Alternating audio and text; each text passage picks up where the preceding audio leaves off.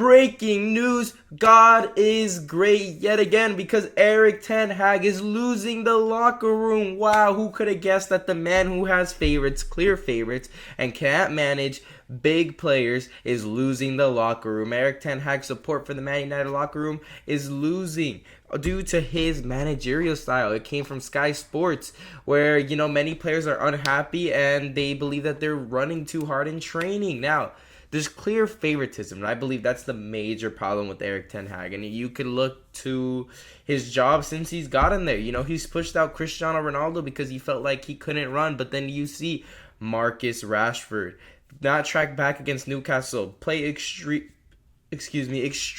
lazy, not tracking back, not making runs forward, not showing enough energy. And he comes out and backs Marcus Rashford, saying he'll be back better than ever. Now, with Cristiano Ronaldo, he was working hard and still not getting chosen due to the way, preseason went. He had a child, in the hospital. He decided to stay there, miss preseason.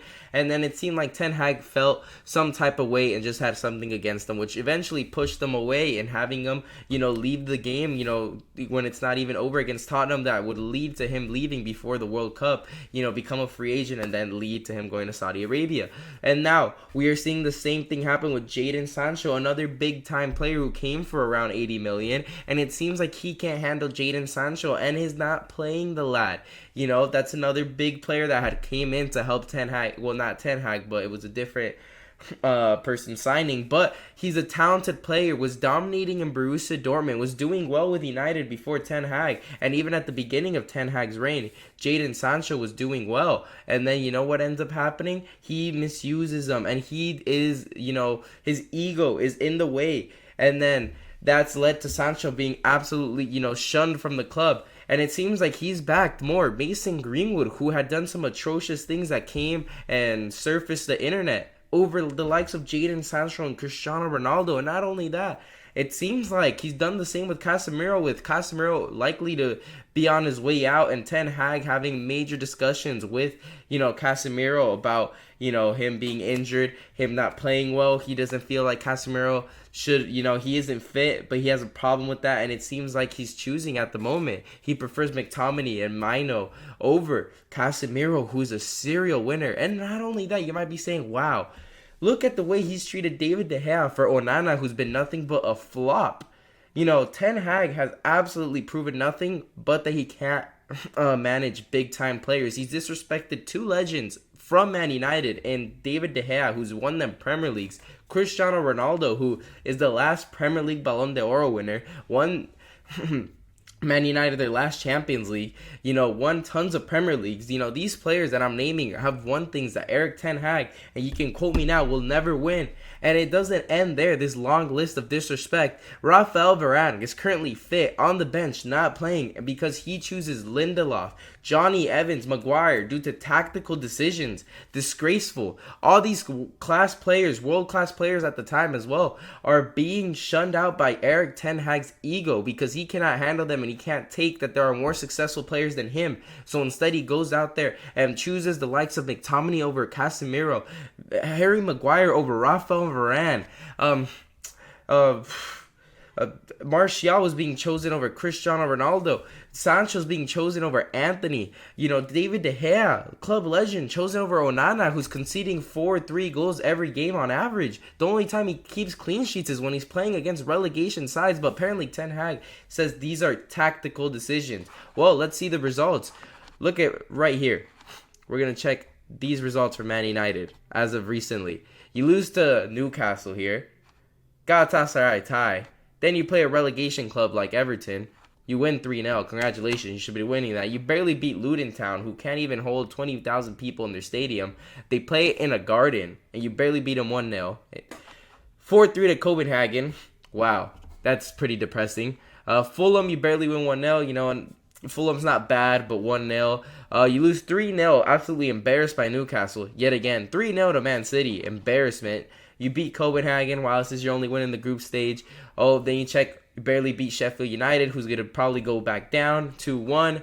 Barely beat Brentford, who's a mid-table down. Lose to Galatasaray. Wow. Loses to Crystal Palace. In the cup you beat them 3-0, but Crystal Palace would rather take the 3 points than proceed in the cup. Barely beat Burnley, lose to Bayern, lose to Brighton, lose to Arsenal, barely beat Nottingham with 10 men, lose to Tottenham. It's a lot of lose. You check the standings here. 7th, lads. 7th place. Absolutely disgraceful. This lad is barely in Conference League, and I'm telling you right now, give it 2-3 more games, and we're going to be seeing Brighton, West Ham, and Chelsea all surface over Man United. Quote me on that one. And then over here, you look at the Champions League group stage.